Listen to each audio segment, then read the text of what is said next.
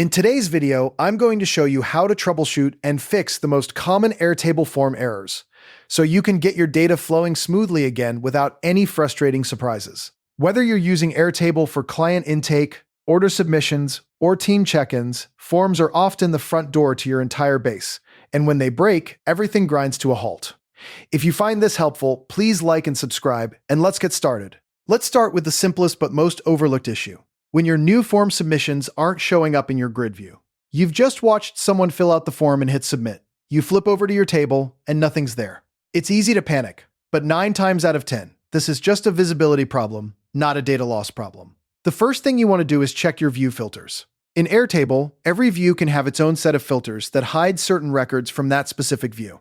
If you've got a filter set to show only records created in the last 24 hours, or only records where a certain field is filled in, a new submission that doesn't match that filter will simply be hidden, not deleted. So click the filter icon at the top of your grid view. Look for any active filters and either adjust them or temporarily clear them to see all records. The other culprit is browser caching. Sometimes your browser holds on to an old snapshot of the data to speed up page loads.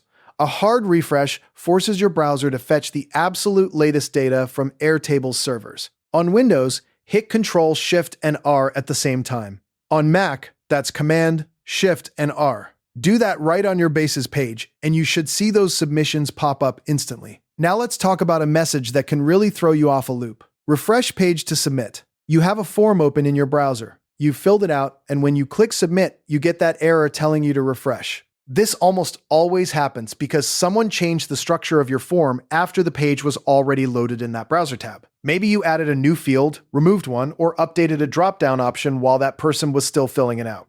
Since the form in the browser no longer matches the blueprint in your base, Airtable refuses to process the submission to avoid corrupting your data. The quick fix is to simply refresh the page, which reloads the latest version of the form from your base. But if this happens repeatedly, there's a deeper issue to investigate. Often, this error is tied to conditional logic rules. If you have fields that show or hide based on other answers, and you later delete or rename one of those dependent upon fields in your base, the conditional rule breaks.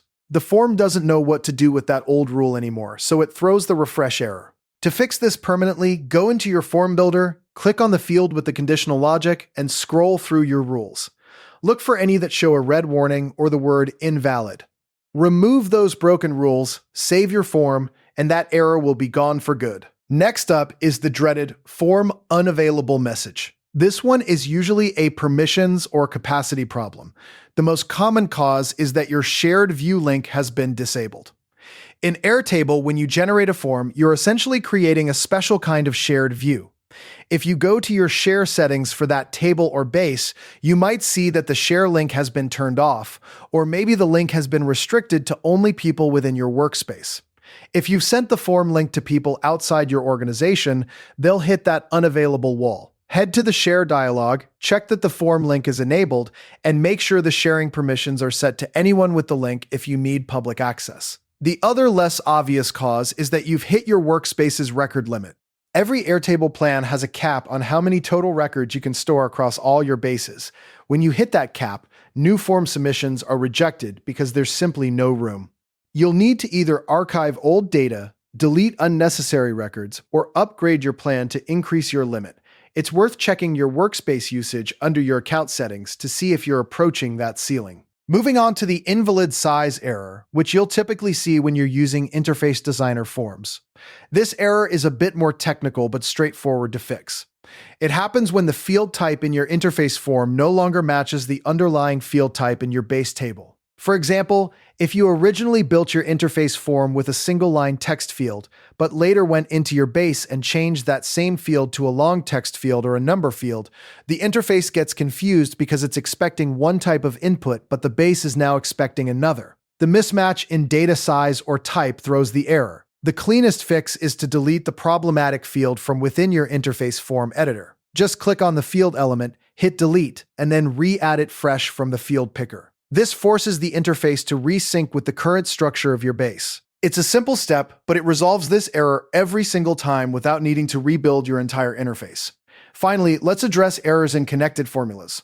If you have fields in your base that use formulas to process, combine, or validate form data, a submission error might not be obvious at first glance. The form submits fine, but the cells in your table might show a red error message like number error instead of the expected result. This usually means your formula syntax is broken. The most common beginner mistakes are missing a comma, having mismatched parentheses, or using text values without proper quotation marks. For instance, if your formula is trying to concatenate a string like "thank you for your order" with a field value, you need those quotation marks exactly right. A single missing closing parenthesis can throw the entire formula off. Go to your formula field, open the formula editor, and look for any red underlines or syntax warnings. Airtable will often highlight exactly where the problem is. Make sure every opening parenthesis has a matching closing parenthesis, and every text string is wrapped in straight double quotes. If you're using if statements, double-check your conditions and outcomes are properly separated by commas. Once you fix the syntax, save the formula, and those error messages will resolve immediately,